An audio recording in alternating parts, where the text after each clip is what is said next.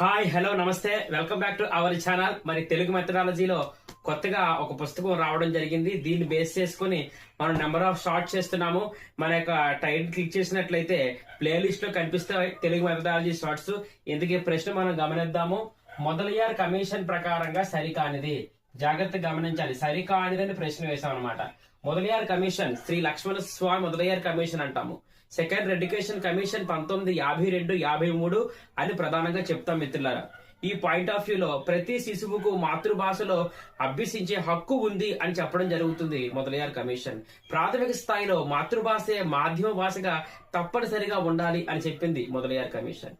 అంతేకాకుండా మాధ్యమిక విద్యలో మాతృభాష మాధ్యమ భాషగా అవకాశాలు ప్రభుత్వాలు కల్పించాలి అని చెప్పింది మొదలయ్యార్ కమిషన్. ఇంకా సరికాని 4 పాయింట్లు ఇచ్చాడు. ఫస్ట్ ఆప్షన్ ఏమిచ్చాడు? మాతృభాషలో చదవడం అనే విద్యార్థి హక్కును నెరవేర్చవలసిన బాధ్యత ప్రభుత్వము తల్లిదండ్రులది అన్నాడు.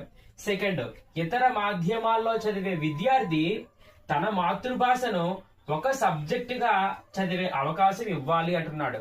మూడవది, మైనారిటీ భాషల విషయంలో ద్వితీయ తృతీయ భాషలైన విద్యార్థి తన మాతృభాషను చదవాలి. అంటే ద్వితీయ తృతీయ భాషగాలైనా తమ మాతృభాషను చదవాల్సిన అవకాశం ఉంది మాతృభాషల విషయంలో అంటే ఇచ్చాడు.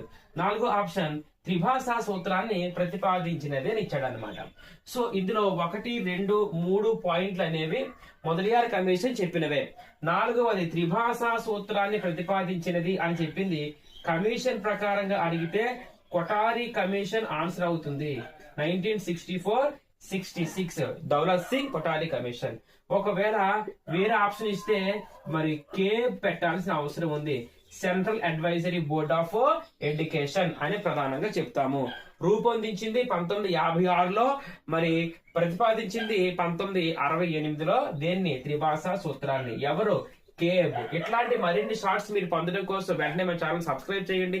నచ్చితే వీటి లైక్ చేయండి, మిత్రులు షేర్ చేయండి. Thank you.